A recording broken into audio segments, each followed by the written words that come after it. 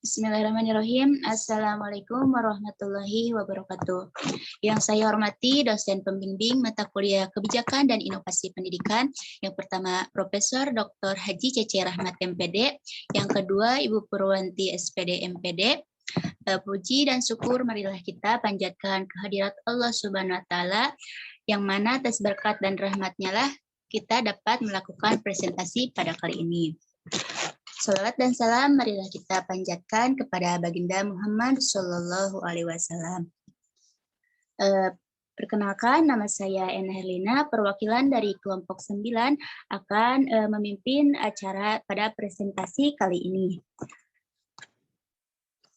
Baik, untuk mempersingkat waktu, marilah kita lakukan presentasi kali ini untuk memenuhi tugas dari Kebijakan dan Inovasi Pendidikan, yaitu tentang inovasi pembelajaran kuantum. Kepada pemateri pertama dipersilahkan.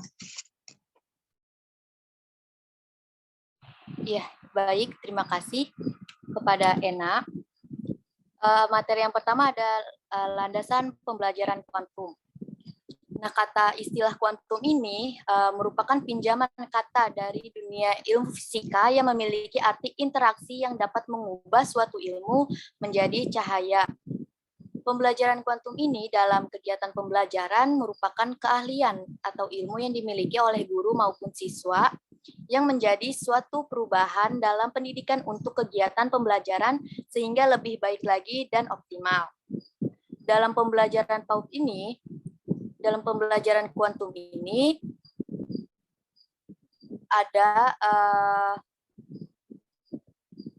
mewujudkan energi dari guru serta siswa menjadi cahaya dalam pembelajaran. Terus mempunyai dua konsep utama, yaitu percepatan belajar melalui usaha yang sengaja untuk mengurangi hambatan-hambatan ketika pembelajaran tradisional. Yang kedua ada dari fasilitas pembelajaran yang dapat mempermudah untuk belajar. Percepatan dan juga fasilitas ini mendukung suatu asas utama yang ada dalam pembelajaran kuantum, yaitu bawalah dunia mereka ke dunia kita dan antara dunia kita ke dunia mereka. Jadi untuk menjadi seorang guru mampu membawa peserta didik kepada pembelajaran yang lebih baik, efektif, dan efisien. Next slide.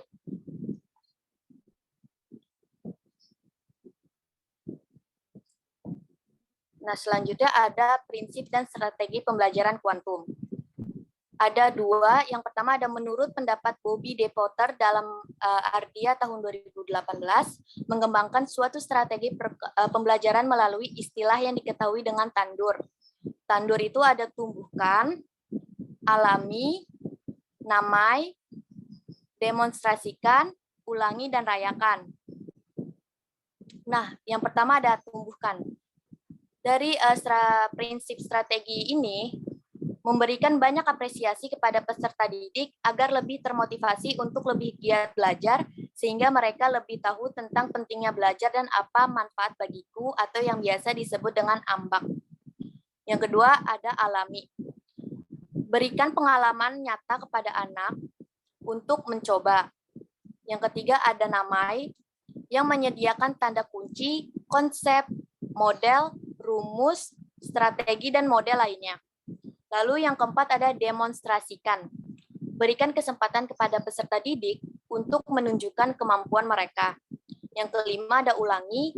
Berikan waktu kepada peserta didik untuk mengulang setiap pembelajaran yang telah dipelajari, sehingga siswa merasakan langsung di mana kesulitan dan akhirnya datang kesuksesan.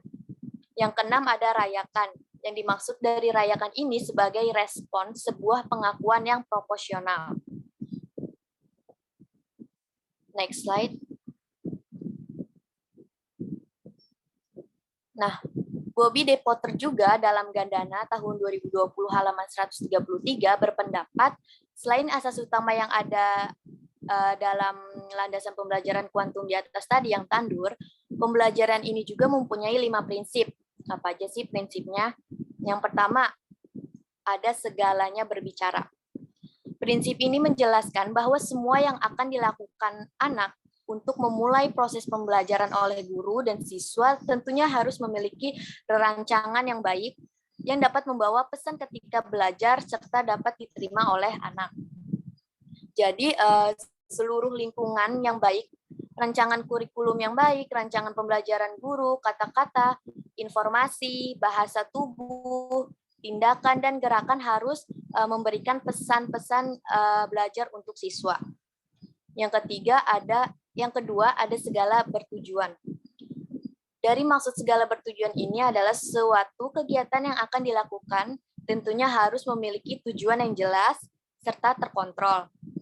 Sumber maupun fasilitas yang terlibat dalam kegiatan pembelajaran pada prinsipnya ini sebagai bentuk tindakan untuk membantu perubahan perilaku, kognitif, afektif, dan psikomotor anak.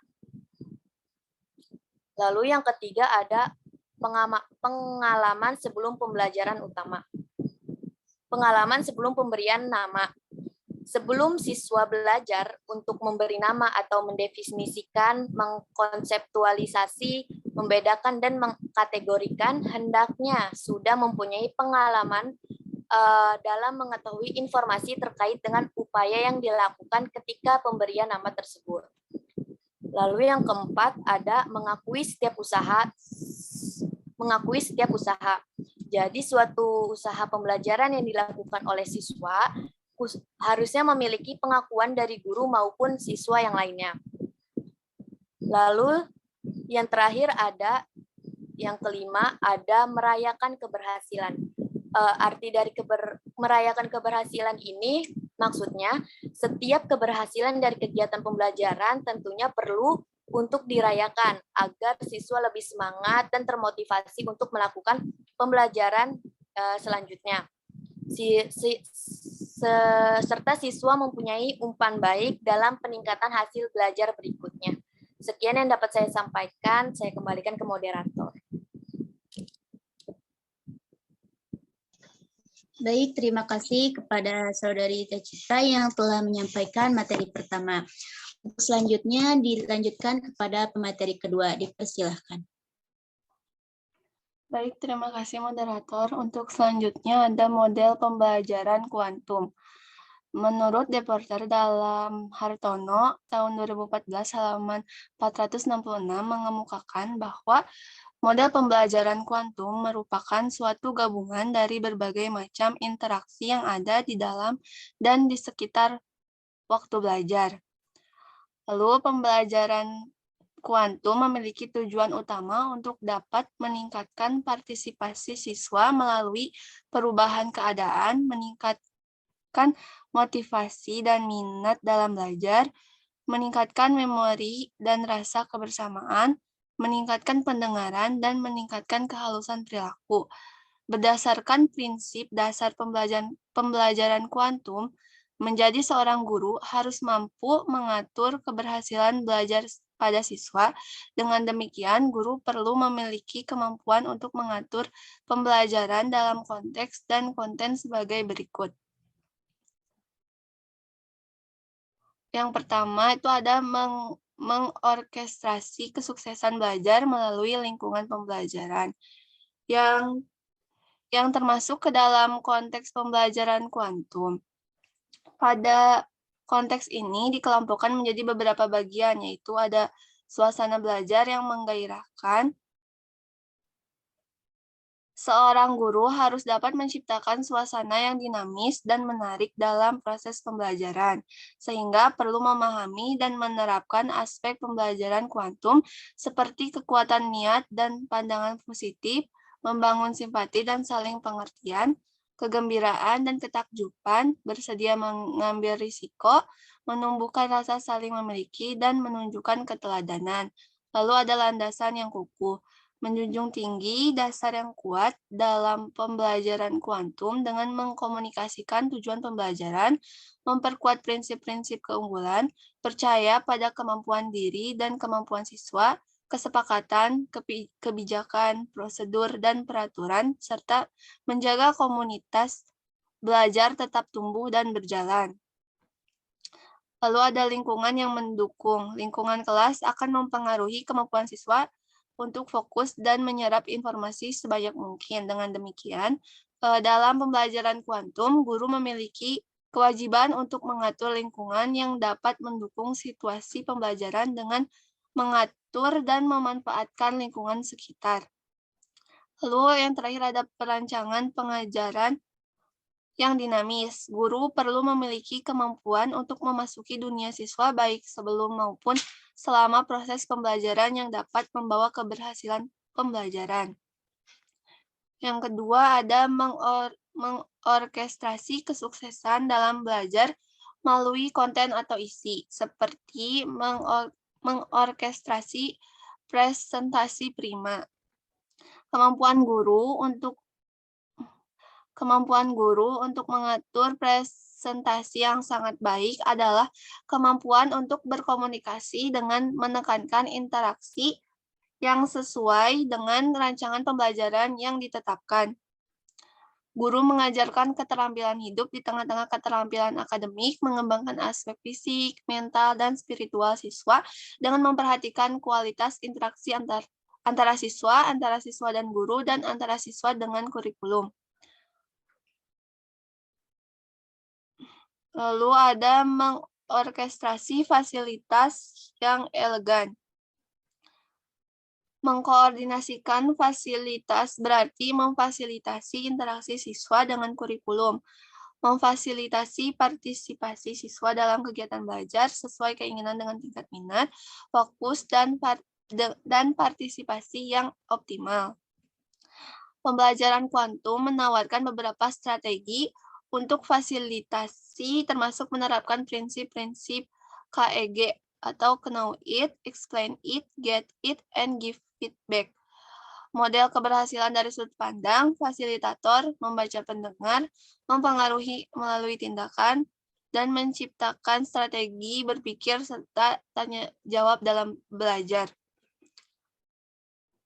Lalu mengorkestrasi keterampilan belajar dan keterampilan hidup. Dalam pembelajaran kuantum, keterampilan belajar dapat membantu siswa mencapai tujuan belajar secara efisien dan cepat sambil mempertahankan minat dan belajar, karena pembelajaran dapat berlangsung dengan cara yang terfokus tetapi santai.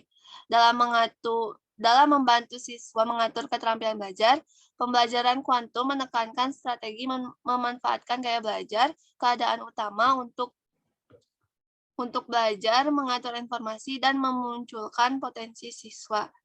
Pembelajaran di kelas perlu memanfaatkan gaya belajar setiap siswa, yaitu seperti gaya belajar visual, auditorial, lalu ada kinestik juga. Gaya belajar visual akan berhasil dalam belajar jika siswa membuat banyak simbol atau gambar dalam catatan mereka.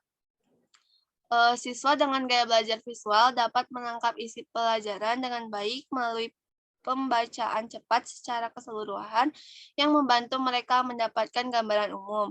Gaya belajar auditorial dapat dipelajari melalui mendengarkan. Selain itu, gaya belajar kinestetik mendukung proyek terapan, praktik, laboratorium, demonstrasi, simulasi, dan permainan peran. Mungkin sekian pemaparan dari saya serahkan kembali kepada moderator. Terima kasih.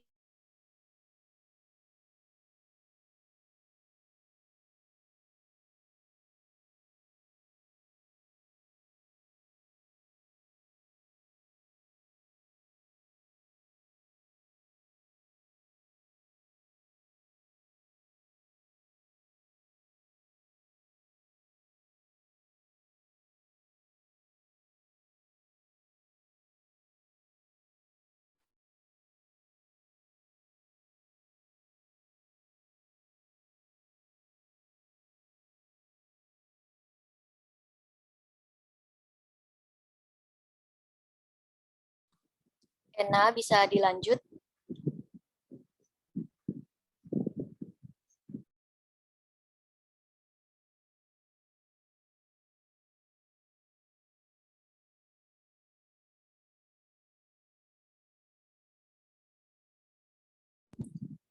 Sama aku aja, Ai.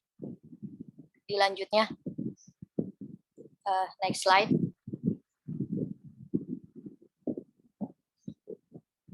Eh,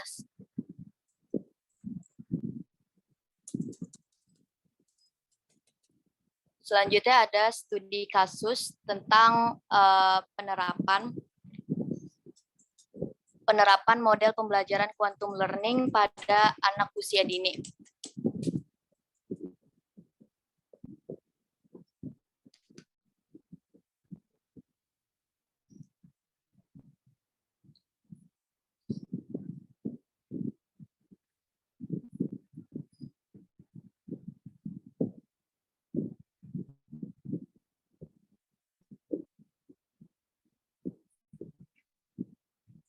Quantum learning merupakan suatu teknik yang dilaksanakan oleh anak-anak dalam kegiatan belajarnya yang dicetuskan oleh Potter. Dengan adanya quantum learning ini, anak-anak dibawa pada suasana pembelajaran yang menyenangkan dan lebih nyaman. Dengan demikian, secara tidak langsung, anak-anak akan merasa lebih leluasa dan bebas serta kegiatan belajar tanpa merasakan paksaan atau beban terhadap dirinya. Dalam model pembelajaran quantum learning ini dirancang untuk anak di setiap perkembangan usia dan dapat diterapkan di setiap lembaga pendidikan. Model quantum learning ini tidak bersifat memaksa, namun lebih kepada bagaimana membuat anak untuk belajarnya lebih nyaman. Karakteristik pada quantum learning ini juga beda dari metode yang lain, yang mana metode ini menggabungkan potensi diri manusia sebagai pembelajaran dengan lingkungannya, yaitu fisik dan mental. Metode ini juga dapat dilakukan, salah satunya yaitu yang tadi ambak manfaat bagiku. Lalu yang terakhir ada quantum learning ini juga memberikan banyak manfaat bagi anak, seperti menumbuhkan kesadaran akan pentingnya kegiatan pembelajaran, karena kegiatan pembelajaran dilakukan dengan sangat menyenangkan dan juga memberikan kenyamanan bagi anak.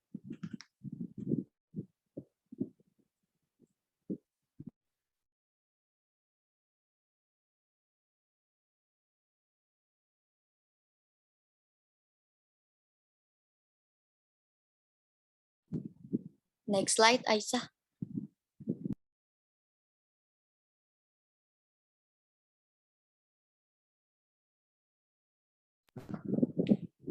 Ya baik, udah selesai.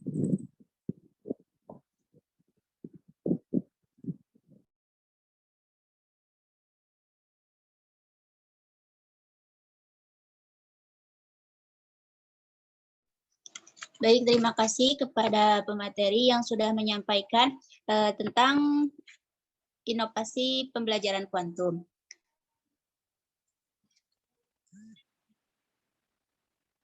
Mungkin seperti itu yang bisa disampaikan dengan melalui presentasi dari kami. Mohon maaf bila ada kesalahan, karena kesalahan itu datangnya dari saya sendiri dan kebenaran itu datangnya dari Allah Subhanahu wa taala. Cukup sekian dan terima kasih. Wassalamualaikum warahmatullahi wabarakatuh.